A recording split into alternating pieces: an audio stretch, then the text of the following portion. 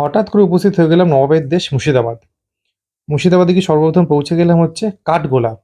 কাঠগোলাতে গিয়ে দেখলাম হচ্ছে সুন্দর একটা রাজবাড়ি। তার জন্য ৳৩০ টিকিট কাটলাম। টিকিট কেটে ঢুকে পড়লাম সবাই মিলে। এই দেখো সামনে দেখতে পাচ্ছি একটি সিঁড়ির মতো রয়েছে, এটি সুড়ঙ্গ।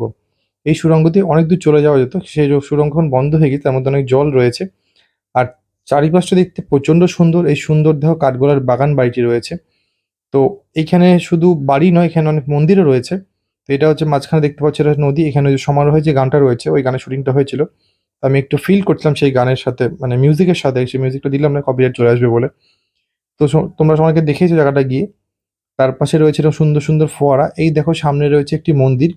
মন্দিরটা কিসের সেটা ঠিক বলতে পারলাম না, বিকজ এখানে কোনো মূর্তি রাখা ছিল না, আর কোনো লেখাও ছিল না যে কিসের মন্দির।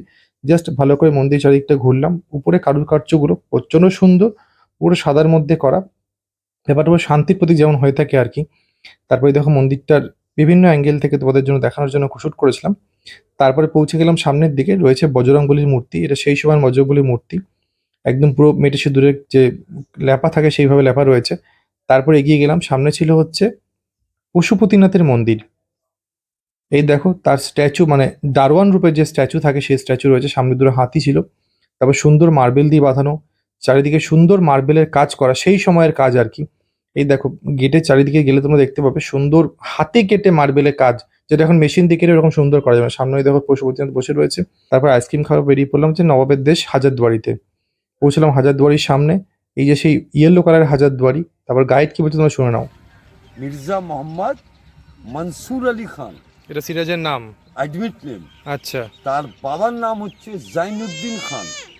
তার বাবার নাম জৈনুদ্দিন খান। খান। আর তার বাবার নাম হচ্ছে আহমদ আলী খান। আহমদ আলী খান, আহমদ আলী খান, জৈনুদ্দিন খান, দেন সিরাজউদ্দৌলা। ইয়াস। তাহলে পিতামহকে হলো আহমদ আলী আলী খান, খান, হ্যাঁ। আর মাতামহ হলো আলীবর্দী খান। আচ্ছা আচ্ছা, হ্যাঁ আলীবর্দী ওনার নাম। আচ্ছা আচ্ছা। আলীবর্দী খানটা খুব ফেমাস, কেউ তো নবাব হয়েছে, হ্যাঁ। কিন্তু আহমদ আলী খান কেউ জানে না সেটা, হ্যাঁ হ্যাঁ ওই হ্যাঁ। হিস্ট্রিতে এমএ পাস তাও বলতে পারে না। আচ্ছা। আহমদ আলী খান। এবার যে তথ্যটা দিচ্ছি আপনাকে, যাকেই বলবেন, যাকে শুনে অবাক হয়ে যাবে এবং পিওর। আহমদ আলী খান আর আলীবর্দী খান দুটোই আপন দাদা ভাই। দে আর নট ইন্ডিয়ান। চ্যালেঞ্জ দিয়ে বলছি, দুজনের বর্ন প্লেস হচ্ছে খোরাসান। খোরাসানটা আফগানিস্তান ইরানের মাঝে যেটা, অতএব এরা ইন্ডিয়ান নয়। আচ্ছা। ইন্ডিয়ান ছিল মুর্শিদ কুলি খান, ইন্ডিয়ান হ্যাঁ ভারতীয়, হ্যাঁ। দক্ষিণ ভারতের লোক। মুর্শিদ কুলি খানের কোনো পুত্র সন্তান ছিল না। তার একমাত্র কন্যা আজিমুল নিসা বেগম। হুম আজিম মানে গ্রেট, নিসা মানে ওম্যান। হুম তাকে যে বিবাহ করলো হুম সুজাউদ্দিন খান, সে হলো সেকেন্ড নবাব স্বাধীন। হুম। ও মারা গেলে ওর পুত্র হলো সরফরাজ খান স্বাধীন নবাব। সরফরাজ খানের চাকর ছিল আলীবর্দী খান, তাকে ব্ল্যাকমেল করে মেরে দিল গিরিয়ার মাঠে 1739-এ। ওকে মেরে দিয়ে নবাব হলো। ওকে মেরে, তাহলে আলীবর্দী খানের কোনো পুত্র সন্তান ছিল না, তিনটেই মেয়ে। ঘাসিটি বেগম, আমিনা বেগম, মমিনা বেগম। হ্যাঁ। ঘাসিটি বেগমের সঙ্গে বিবাহ হয় নওয়াজিস মোহাম্মদ খান, ফাদার অফ আহমদ আলী খান। আচ্ছা, হ্যাঁ। আর আমিনা বেগমের বিয়ে হয় জাইনুদ্দিন খান। এই ঘসিটি বেগমের নামটা আমরা জানি, কিন্তু আমরা হ্যাঁ। ইতিহাসে পড়েছি এটা। ঘাসিটি বেগমের হাজবেন্ড হচ্ছে নওয়াজিস মোহাম্মদ খান। আচ্ছা। আলীবর্দী খান বলল, দাদা আমরা এত কষ্ট করে, এত টেকনিক করে নবাব হলাম, আমার তিনটেই মেয়ে, 3 টাইপস অফ ব্লাড, তিনটে জামাই আসবে, থ্রোন নিয়ে ঝামেলা হবে, তাই আপনার 3 ছেলের সঙ্গে আমার 3 মেয়ের বিয়ে হবে। মুসলিমদের বলে না চাচা আপন চাচি পর, হ্যাঁ হ্যাঁ বিয়ে কর। হ্যাঁ হ্যাঁ তো হ্যাঁ হ্যাঁ। প্রথম ছেলের সঙ্গে প্রথম মেয়ে, দ্বিতীয় ছেলের সঙ্গে দ্বিতীয় মেয়ে, তৃতীয় ছেলের সঙ্গে তৃতীয় মেয়ে। আমিনা বেগমের গর্ভে যেটা হয় সেটাকেই সিরাজউদ্দৌলা বলা হতো। আলীবর্দী খান মারা গেলে নবাব হলো সিরাজউদ্দৌলা। সিরাজউদ্দৌলা মাত্র 11 মাস ক্ষমতায় ছিল। ও মারা গেল, মির্জাফর চলে আসলো। হজ করে আসার সময় ও পবিত্র মক্কা মদিনার মাটি নিয়ে আসলো। কে এটা? আলীবর্দী আচ্ছা, হ্যাঁ। আর আহমদ আলী খান, হ্যাঁ। দুইজন নিয়ে আসলো। সিরাজ তখন 22-24 বছরের ছেলে। হুম। ওর হাত দিয়ে 5টা ইট ভিত স্থাপিত করে ওই মক্কা মদিনার মাটি রেখে এই বিল্ডিংটা তৈরি। আচ্ছা, এটা কি এই বিল্ডিংটা? বিল্ডিংটার বয়স হলো 270 ইয়ার্স। 270 ইয়ার্স। এটাকে বলা হয় সিরাজের মদিনা। সিরাজউদ্দৌলা এটাকেই যা করে গেল, আর 11 মাসে কিছুই করতে পারেনি, মারা গেল। কোনো স্মৃতি পাবেন না, এই একটা স্মৃতি ওনার, ফার্স্ট অ্যান্ড লাস্ট। বাকি সব ফেক। 17টা জাহাজ লোড করে অ্যান্টিক ইংল্যান্ড নিয়ে চলে যায় রানী, এখানকার ইংরেজ। আর আমারই ফোর ফাদার বয়ে দেয়, আর ইতিহাস লেখা হয় গঙ্গায় পাঠ। ক্লিয়ার?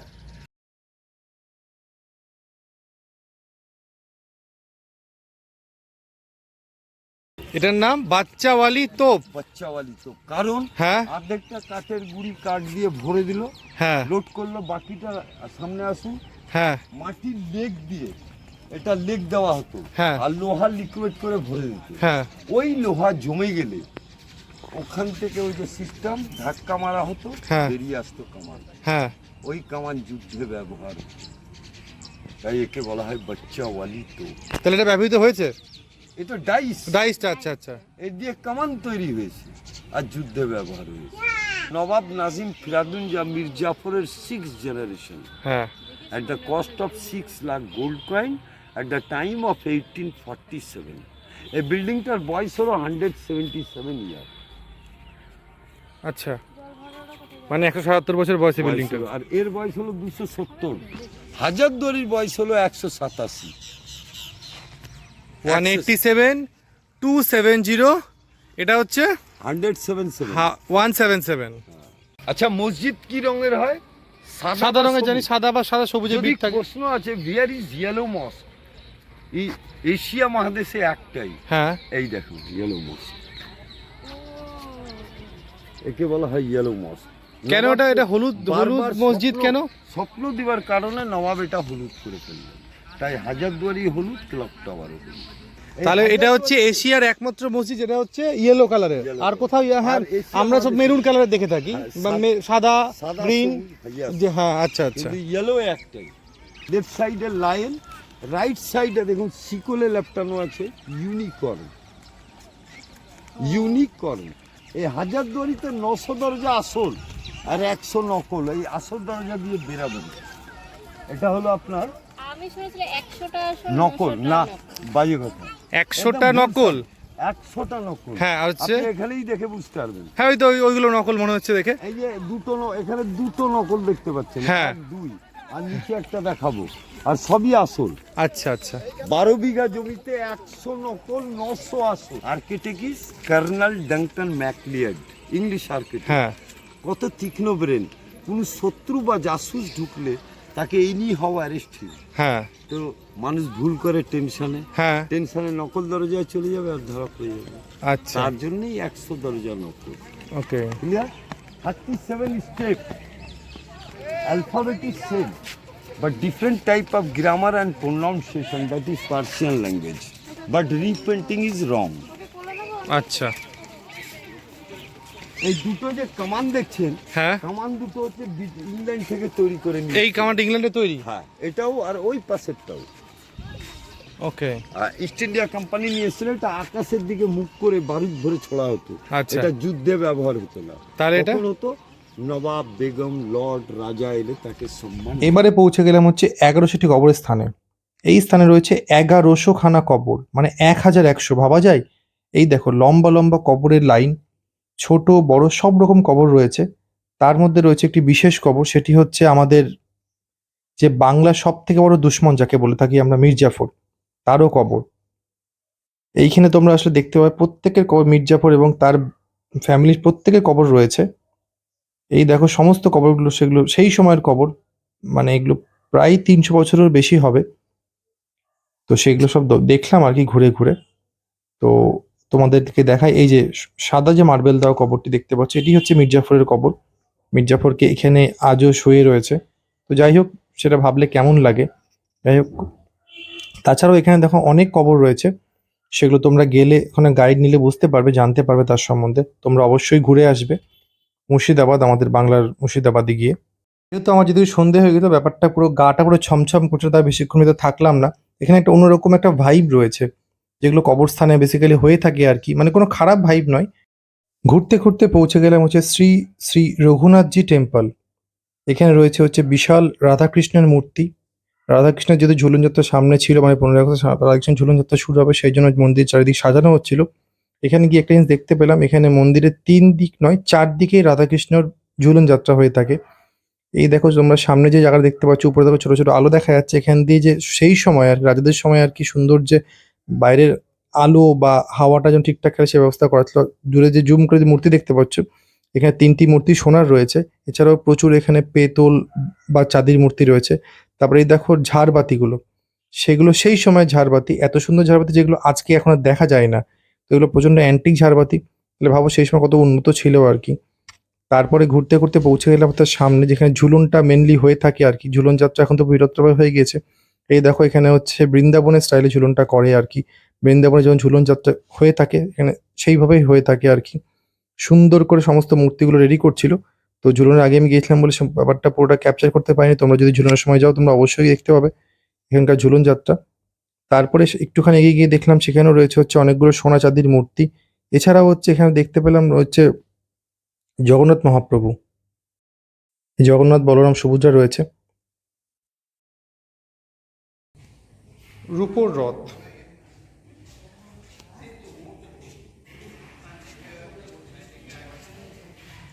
সেই যেমনের ৮০ টাকার গাড়ি, যেটা হচ্ছে কয়েক কোটি টাকার সমান।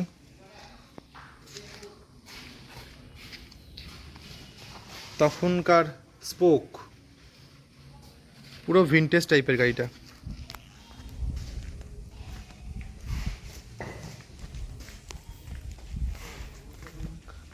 নাম্বার নেই গাড়িতে, নাম্বারবিহীন গাড়ি। ৮০ টাকার গাড়ি দেখার পর অবাক হয়ে পৌঁছে গেলাম হচ্ছে নসিপুর রাজবাড়িতে। এখানে টিকিটের দাম নিল হচ্ছে ২০ টাকা করে।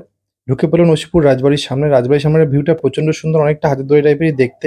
এই বাড়ির হচ্ছে যিনি ছিলেন কর্মকর্তা, দেবী সিং, তিনি এই বাড়িতে ৭১-এর মন্বন্তরের পর কীভাবে জোর-জুলুম করে সব কিছু করতেন সেইগুলো দেখার জন্য ঢুকে পড়লাম। সাথে নিলাম হচ্ছে আমাদের গাইড দাদাকে। এই দেখো টিকিট দেওয়ার পর গাইড দাদা আমার সাথে চলে আসলো। শোনো গাইড দাদা কী বলছে তোমাদেরকে। এদিকে লক্ষ্য করুন, যে বাড়িতে আপনারা এসে পৌঁছালেন এখন, এই বাড়িরই এটা ফ্রন্ট সাইডে নকশা কিংবা মডেল। এটা ২৫০ গ্রাম শোলা আর কাগজকে কেটে কেটে বানিয়েছিলেন। এটা বানাবার পর তিনি দিল্লিতে নিয়ে যান, একটা এক্সিবিশনে উনি ফার্স্ট প্রাইজ পেয়েছিলেন। তার নিচের জারটা টেস্টিং জার, বিদেশ থেকে যখন মদ আসতো ওটাই টেস্ট করে বা চেক করে খেতেন। কেউ বিষ দিয়ে মারার চেষ্টা করলে ধরা পড়ে যেত, কালারটা চেঞ্জ হতো, বোতলটা যেত। হ্যাঁ, নিচে আছে মাটি। চলুন এবার আস্তে আস্তে হাঁটি, এগিয়ে আসুন, এদিকে আসুন, এদিকে। কালো কোট আর টুপি পরে উনি ফাঁসির অর্ডারটা দিতেন। খাজনা না দিলে কালো কোট আর টুপিটা উনি ব্যবহার করতেন। আচ্ছা, এই হলো জল্লাদ। যাদের যাদের ফাঁসি দিয়েছে এদিকে আসবেন, সমস্ত ডকুমেন্টস গুলো এখানেও কিছু রয়েছে, এখানেও কিছু রয়েছে। বর্গী এলো দেশে, খাজনা দিব কিসে আমরা বলে থাকি না, বর্গীরা এসে সব লুটপাট করে নিয়ে যেতেন। তখনকার দিনের ভিতরে সোনা দানা ভরে একটা সেফ জায়গায় মাটির তলে পুঁতে রাখা হতো। যাকে দিয়ে পুঁতাতো তাকে কিন্তু মেরে ফেলা হতো, যেন বাইরে উনি ফোরকাস্ট না করতে পারেন। এটা হচ্ছে হাতে টানা রোলার। খাজনা না দিলে কোমরে বেঁধে দিত আর চাবুক মারতে মারতে তাদেরকে দিয়ে এটা টানা করানো হতো। সামনের দিকে দেখুন বজরংবলী মূর্তি, জয় শ্রীরাম, পুরো একটাই পাথরের কাজ। দূর থেকে দেখে মনে হয় এটা মাটির, কিন্তু মাটির নয়, পুরোটা পাথরকে কেটে কেটে বানিয়েছিলেন। চারদিকে ৪টি ফার্ম ছিল, চারিদিকে বেলজান কাজ দিয়ে ঘেরা ছিল আর তলে শ্বেত পাথর দিয়ে বাঁধানো ছিল। এই জায়গা ছিল আজ থেকে ৩০০ বছর আগে নাচমহল। এখানে দাদা বিভিন্ন রকম বাইকিদের নাচানো হতো। শোনা যায় নাকি তখনকার দিনে সব থেকে সুন্দরী ছিলেন হীরাবাই, যার এখানে এক নাইটে নাচতে পারলে ৫,০০০ স্বর্ণ মুদ্রা ডিমান্ড ছিল। জায়গাটায় ছিল নাচমহল, এখন হয়ে গেছে ফাঁকা মহল, বাইরে আছে গাড়ি। চলুন তাড়াতাড়ি। এইদিকে দেখুন, এটা স্টার জলসায় যে বেহুলা বলে একটা সিরিয়াল হচ্ছিল, দেখেছিলেন? সেই সিরিয়ালটা এখানেই শুটিং করে গেছিল। দুর্গা বর যখন মারা গেছিলেন তাকে এখানে শুয়ে রেখেছিল, আর বিভিন্ন রকম সিনগুলি এখানে করে গেছে। অ্যাকচুয়ালি এটার নাম বলা হয় দরবার হল, মানে বিচার সভা। দেবী সিংকে কেউ খাজনা না দিলে তাদের এখানে বিচার করতেন। বিচারে যাদের ফাঁসির অর্ডার হতো, এই ভাঙা ঘরগুলো দেখছেন, এগুলো ছিল আগেকার দিনের জেলখানা, বন্দি করে রাখতেন। বিভিন্ন রকম টর্চারিং অত্যাচার করার পর তাদেরকে ফাঁসি ঘরে ফাঁসি দেয়। কোন ফাঁসি ঘরটা কোথায়? আসুন যাও। আচ্ছা।